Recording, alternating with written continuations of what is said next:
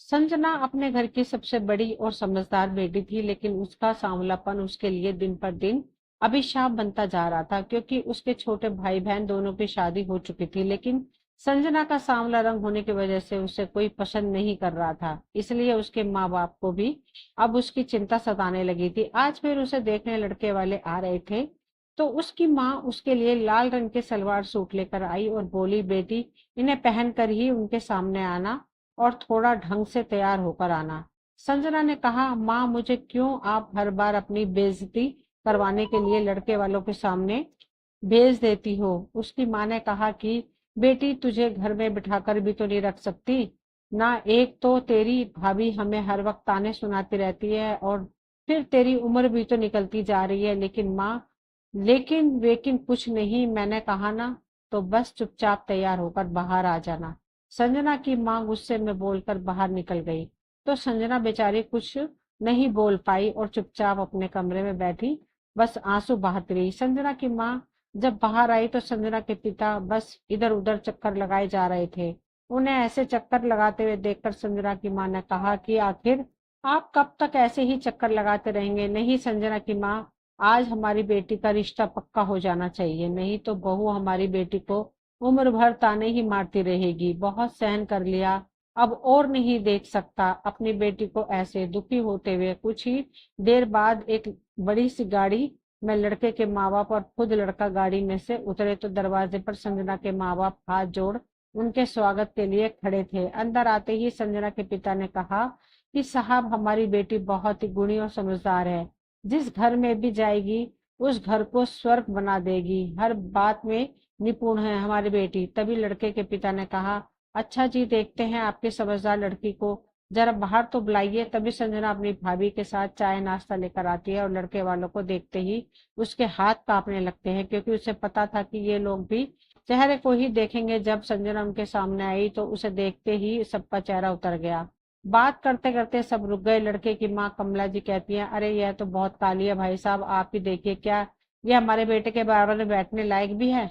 आप तो अपनी बदसूरत बेटी को मेरे लाखों में एक हीरे जैसे बेटे के गले बांधने चले थे, पर हमें पसंद नहीं आपकी संजना, अपने पास ही रखिए ऐसे समझदार बेटी को। तभी संजना के पापा ने संजना से कहा कि बेटी तुम अंदर जाओ। जब संजना अंदर चली गई तब उसके पिता ने लड़के वालों से कहा कि साहब, मैं आपके सामने हाथ जोड़कर कहता हूँ, प्लीज मेरी बेटी के लिए रिश्ता मत ठुकराइए, नहीं तो बहुत बदनामी होगी हमारी। मैं आपको जितना कहेंगे उतना दहेज देने के लिए तैयार हूँ। तो लड़के के पिता राम सिंह जी बहुत ही लालची व्यक्ति थे। दहेज की बात सुनते ही कुछ सोचते हुए कहा, तो आप अपनी बेटी के दहेज में क्या दे सकते हैं? तभी संजना के पिता रमेश जी बोले कि जो आप कहेंगे साहब। उनकी ऐसी बातें सुनकर नवीन भड़क उठता है और अपने पिता से कहता है, पापा, आप ये क्या बोल रहे हैं? तो लड़के की माँ कावेरी जी उसे कहती है कि तू चुप कर, बड़े बात कर रहे हैं ना, तो छोटे बीच में नहीं बोलते। अपनी माँ की बात सुन नवीन गुस्से से बाहर चला गया। उसके जाते ही कावेरी जी बोली, फिर ठीक है, आप तो बस शादी की तैयारी करो जी। बस इतना सुनते ही संजना की माँ बहुत खुश हो गई और अंदर जाकर अपनी बेटी से बोली कि बेटी, आज रिश्ता पक्का हो गया है। तो संजना यकीन नहीं कर पाई और सोचने लगी कि उन्होंने तो मेरे सामने ही मेरे कालेपन पर सवाल उठाया था, फिर एकदम से राजी कैसे हो गए? संजना की माँ बोली कि संजना मत सोच बेटी, उन्होंने खुशी से ही हाँ किया है।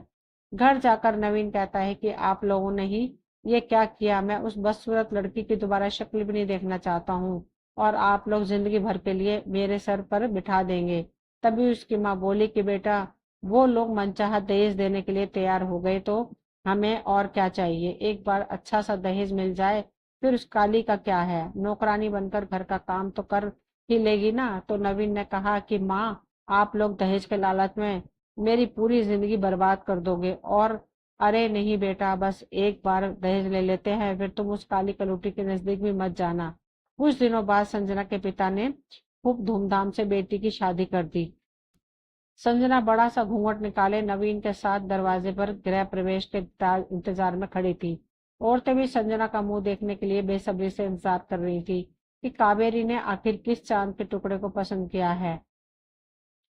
तभी कावेरी जी संजना के कान में कहती है कि वोट बिल्कुल भी मत उठाना। नवीन को बहुत गुस्सा आ रहा था, क्योंकि वो इस शादी के लिए बिल्कुल भी खुश नहीं था। वो संजना के साथ खड़ा होने पर भी घृणा महसूस कर रहा था। कावेरी जी गृह प्रवेश करवा करके घर के अंदर ले आई। सभी आस पड़ोस के औरतें कहने लगी, अरे कावेरी बहन, अब तो बहू की मुंह दिखाई कर दो, हम भी तो देखें कि आखिर आप कितनी खूबसूरत बहू लेकर आई हैं, हम नजर नहीं लगाएंगे। ऐसा कहकर सारी औरतें हंसने लगी। कावेरी जी ने बहुत बहाने बनाए पर संजना का चेहरा नहीं छुपा पाई।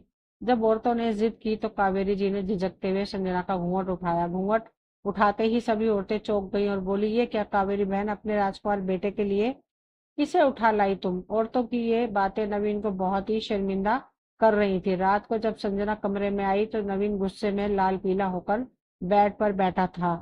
संजना जैसे ही बेड पर बैठने लगी तो नवीन ने उसे धक्का देते हुए कहा, तेरी हिम्मत भी कैसे हुई मेरे बराबर में बैठने की? तेरी औकात जमीन पर ही है, और आज से तू वही सोएगी, मेरे पास आने की कोशिश भी मत करना। तभी संजना रोते हुए बोली, फिर शादी ही क्यों की आपने? चुप कर काली कलूटी, बाहर इतनी बेइज्जती करवा कर भी मन नहीं भरा तेरा? नवीन चिल्लाकर बोला और बेड पर सो गया। संजना वहीं नीचे रोते रोते सो गई। सुबह उठकर फ्रेश होकर किचन में गई और नवीन के लिए चाय बनाने लगी। डरी सहमी सी चाय का कप लेकर कमरे में आई और नवीन को जगाने लगी। नवीन जी, आपके लिए चाय लाई हूँ, उठ जाइए। नवीन आंखें मसलते हुए उठा और संजना को सामने खड़ा देखा तो गुस्से में लाल हो गई आंखें। संजना फिर से धीमे स्वर में बोली, नवीन जी चाय पी लीजिए। तो नवीन ने चाय का कप उसके हाथ से छीनकर उसी के हाथ पर डाल दिया। गर्म चाय से संजना का हाथ जल गया और वो चिल्लाई तो सांस तोड़कर आई और बोली, क्या हुआ, क्यों चिल्ला रही हो सुबह सुबह?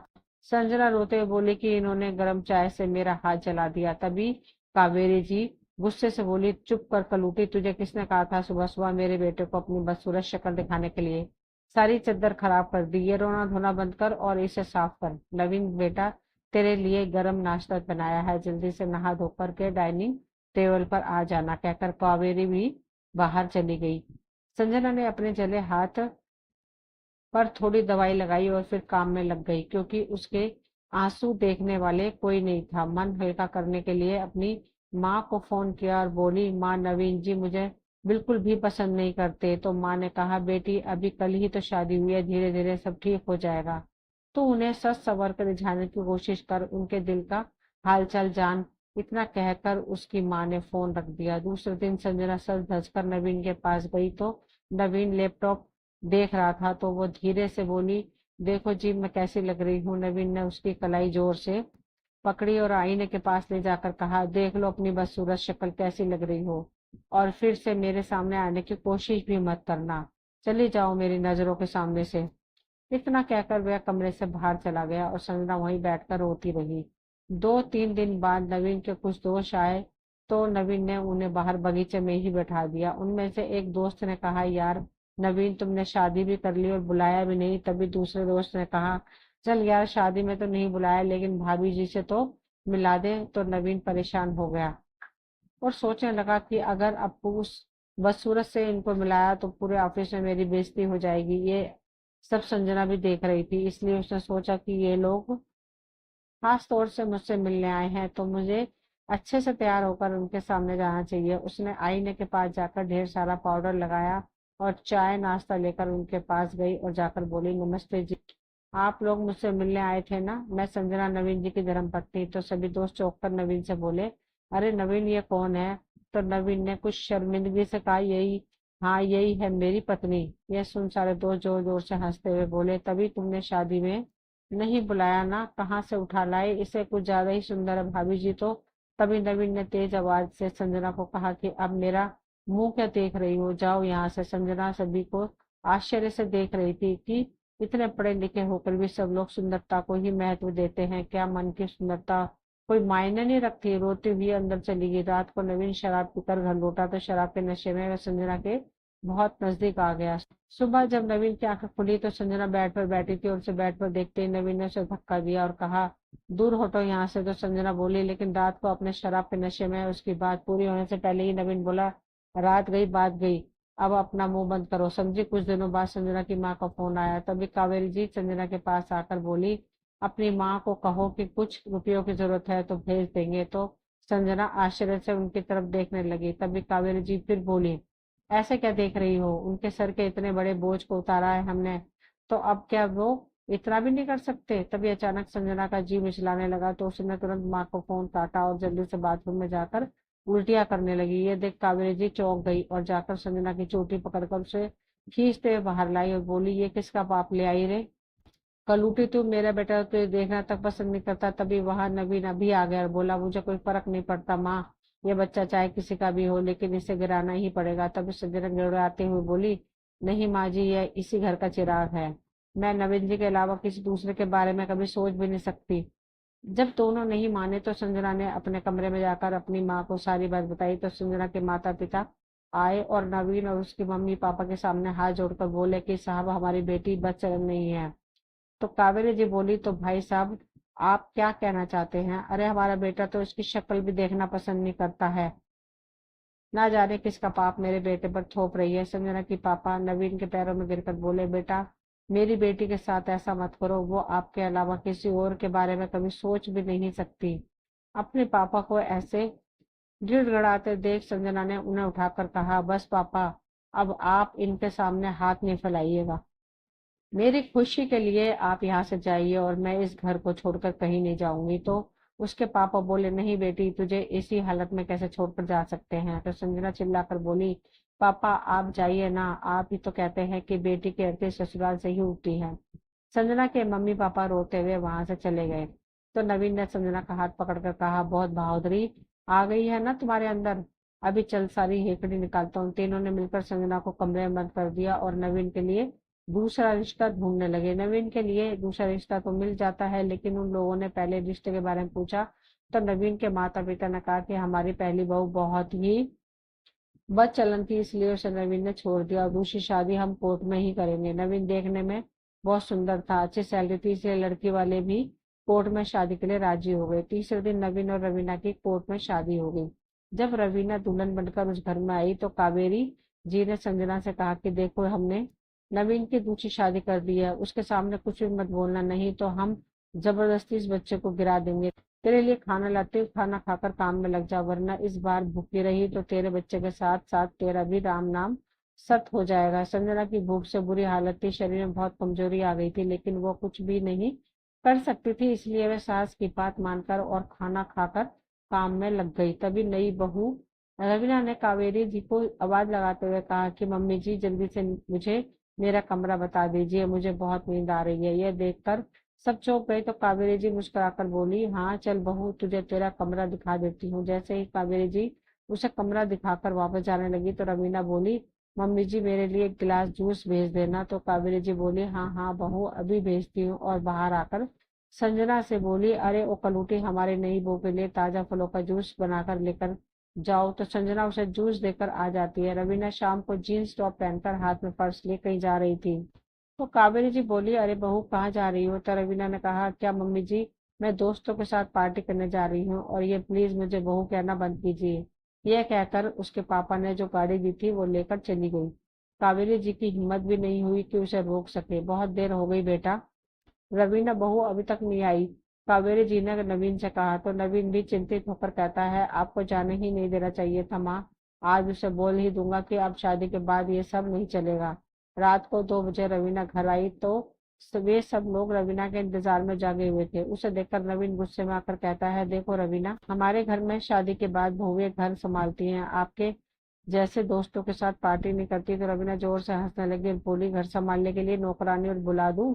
मम्मी जी समझाओ अपने बेटे को, मैं एक खुले विचारों वाली लड़की हूँ, तुम लोगों की कैद में नहीं रहने वाली। आई बात समझ में? इतना कहकर वह अपने कमरे में चली जाती है। तभी पीछे से कावेरी जी कहती है, अरे मेरे बेटे की तो किस्मत ही फूटी हुई है, एक मिली बदसूरत और दूसरी बदतमीज। सुबह होते ही रवीना जोर से चिल्लाई, मम्मी जी मेरे लिए नींबू पानी भेजिए, मेरा सर फटा जा रहा है। तो नवीन बाथरूम से आकर बोला, देखो रवीना, यह रहना है तो मेरे हिसाब से रहना होगा, नहीं तो। तभी रवीना चिल्लाते हुए बोली, कौन से तुम्हारे हिसाब से नवीन? जब तुमने मेरे पापा से नोटों की गुड्डी लेकर अपने जेब में डाली थी तब तो तुमने नहीं कहा था कि आपकी बेटी को कठपुतली बनाकर ले जा रहा हूँ। मैं आजकल के ख्यालों वाली लड़की हूँ, तुम्हारे हिसाब से नहीं, अपने तरीके से जीऊंगी, समझे? रवीना सुंदर तो बहुत थी, लेकिन घर सुंदरता से नहीं, अच्छे संस्कारों से चलता है, जो रवीना में बिल्कुल भी नहीं थे। वो नवीन को बिल्कुल भी समय नहीं देती थी, बस अपने दोस्तों के साथ पार्टी करती थी और जब कोई टोकता तो अपने पापा का रोब झाड़ देती। अब धीरे धीरे नवीन की नजर रवीना की जगह संजना को ढूंढने लगी थी। उसे अब संजना की अच्छाइयां दिखने लगी थी। इंसान को कोयले और हीरे में फर्क बहुत देर में ही समझ में आता है। आज जब नवीन ऑफिस से आया तो संजना किचन में काम कर रही थी। नवीन सीधा उसके पास गया और बोले, संजना तुमने खाना खाया? तो संजना कुछ बोल ही नहीं पाई, उसकी आंखें भर आई। जहां रवीना को किसी के बारे में कोई फिक्र नहीं थी, वहीं संजना के भरोसे पूरा घर चल रहा था। एक दिन कावेरी जी की तबीयत बहुत खराब हो गई, बुखार से पूरा शरीर तपने लगा।